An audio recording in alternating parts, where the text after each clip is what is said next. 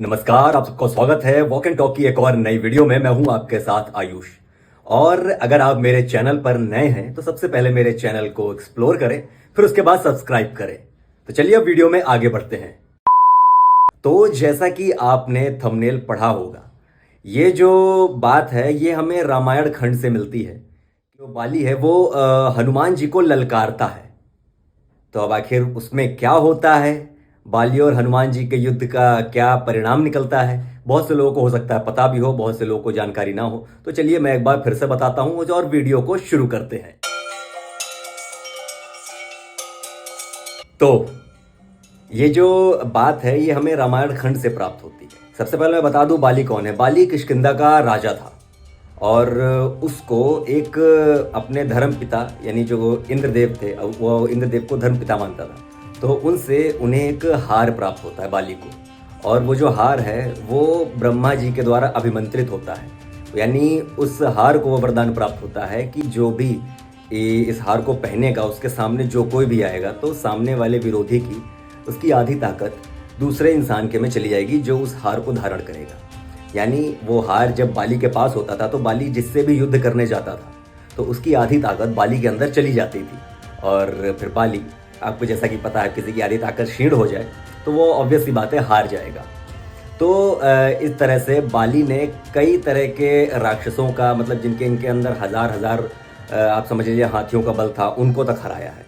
साथ ही साथ हमें रामायण खंड से और शास्त्रों से हमें यही पता चलता है कि बाली ने रावण को भी 6 महीने तक अपने पास दबोच के रखा था, लेकिन फिर रावण ने अपनी हार स्वीकार करी और बाली को अपना मित्र बना लिया था। तो अब ये तो रही जैसे वो बात है कि आखिर बाली कौन था। तो एक बार क्या होता है कि बाली और हनुमान जी के आपस की जो ये द्वंद्व की कथा है, ये क्या होता है इसमें। तो देखिए क्या होता है, एक बार हनुमान जी वन में बैठे तपस्या कर रहे होते हैं और बाली तो भाई अपने ताकत के नशे में चूर होता है। वो ऐसे ही, मतलब वो हर जगह तबाही करता जाता है और एक वन में पहुंचता है जहाँ पे हनुमान जी तपस्या कर रहे होते हैं। तो उस वन में जब वो पहुंचता है तो वहाँ पे सारे पेड़ों को उखाड़ना शुरू कर देता है और अपनी ताकत का बखान करना शुरू कर देता है कि कोई है इस वन में यहाँ पे जो मुझसे टकरा सके, किसी ने पिया है माँ का दूध। अब भाई वहाँ पे हनुमान जी शांत सरल स्वभाव के बैठे होते हैं, लीन होते हैं, मग्न होते हैं अपनी भक्ति में, राम भक्ति में, राम नाम में। तो अब वो बार बार वो उस आवाज़ को सुन रहे होते हैं तो उनकी जो वो भक्ति होती है वो उसमें विघ्न पड़ जाता है। तो अपने भाई वो उठते हैं, कहते हैं बाली महाराज आप बहुत ताकतवर हैं, आपसे लड़ने वाला तो कोई पैदा ही नहीं हुआ है, लेकिन आप इस तरह से चिल्लाते क्यों घूम रहे हैं। अब बाली को ये बात बहुत खराब लग जाती है कि हनुमान जी ने ऐसा कैसे कह दिया। तो वो फिर भाई अपने नशे के, कहते हैं ना, अपने ताकत के नशे में चूर हनुमान जी को मतलब ललकार देता है कि तू मुझसे लड़ेगा है, और तू जिसका नाम लेता बैठ रहा है वो भी मेरे आगे कुछ नहीं है। अब भैया हनुमान जी को चढ़ता है गुस्सा कि आखिर आप उनकी जितनी निंदा करने चलता है, लेकिन राम नाम की और भगवान राम की अगर किसी ने निंदा करी तो समझो वो तो गया। तो भाई अब वो उसकी जो ललकार होती है वो स्वीकार कर लेते हैं। वो फिर कहते हैं, उन लोगों के बीच तय होता है कि ठीक है, अगले दिन सूर्योदय के वक्त हमारे बीच में द्वंद्व होगा, युद्ध होगा, फिर पता चल जाएगा कि कौन जीतता है। तो भाई वहाँ से चले जाते हैं दोनों लोग। फिर जैसे ही वहाँ से बाली जाता है तो हनुमान जी के सामने ब्रह्मा जी प्रकट होते हैं। अब ये सब चीज़ें तो वो देख ही रहे होते हैं। तो ब्रह्मा जी हनुमान जी से कहते हैं कि हनुमान जी आपको बाली से युद्ध नहीं करना चाहिए, वो नादान है। लेकिन हनुमान जी तो गुस्से में होते हैं, वो कहते हैं उसने मेरे प्रभु श्री राम की जो निंदा करी है उसको उसका फल भुगतना पड़ेगा। तो ब्रह्मा जी कहते हैं कि ठीक है अगर आप नहीं मान रहे हैं, लेकिन हनुमान जी कहते हैं कि देखिए बात मानने या ना मानने की नहीं है, बात यह है कि अगर मैं उसका ये जो युद्ध है वो स्वीकार करके अगर मैं पीछे हटूंगा तो आगे आने वाला समय मुझे कैसे याद रखेगा कि मैंने अपने अपने मतलब जिनको मैं अपना बहुत मानता हूँ अपने प्रिय के लिए मगर मैं नहीं खड़ा हुआ, तो फिर क्या फ़ायदा मेरे इतने मतलब शक्तिशाली होने का, इतना प्रेम करने का।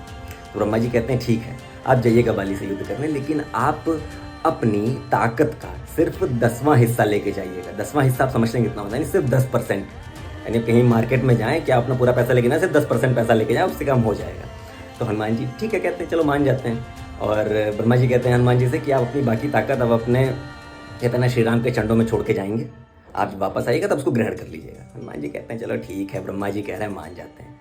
फिर अगला दिन होता है। अगला दिन जब युद्ध का होता है तो बाली भाई वही अपना सो कॉल्ड नशे में चूर पहुंचता है हनुमान जी के सामने, और जैसे ही खड़ा होता है तो वो उसका जो हार होता है एज यूजुअल जिसको वरदान प्राप्त होता है, तो हनुमान जी की आधी ताकत उसके अंदर आने लगती है। अब बाली फिर अचानक से अपने आप को बहुत बलवान एकदम महसूस करने लगता है, धीरे धीरे वो इतना ताकतवर होने लगता है।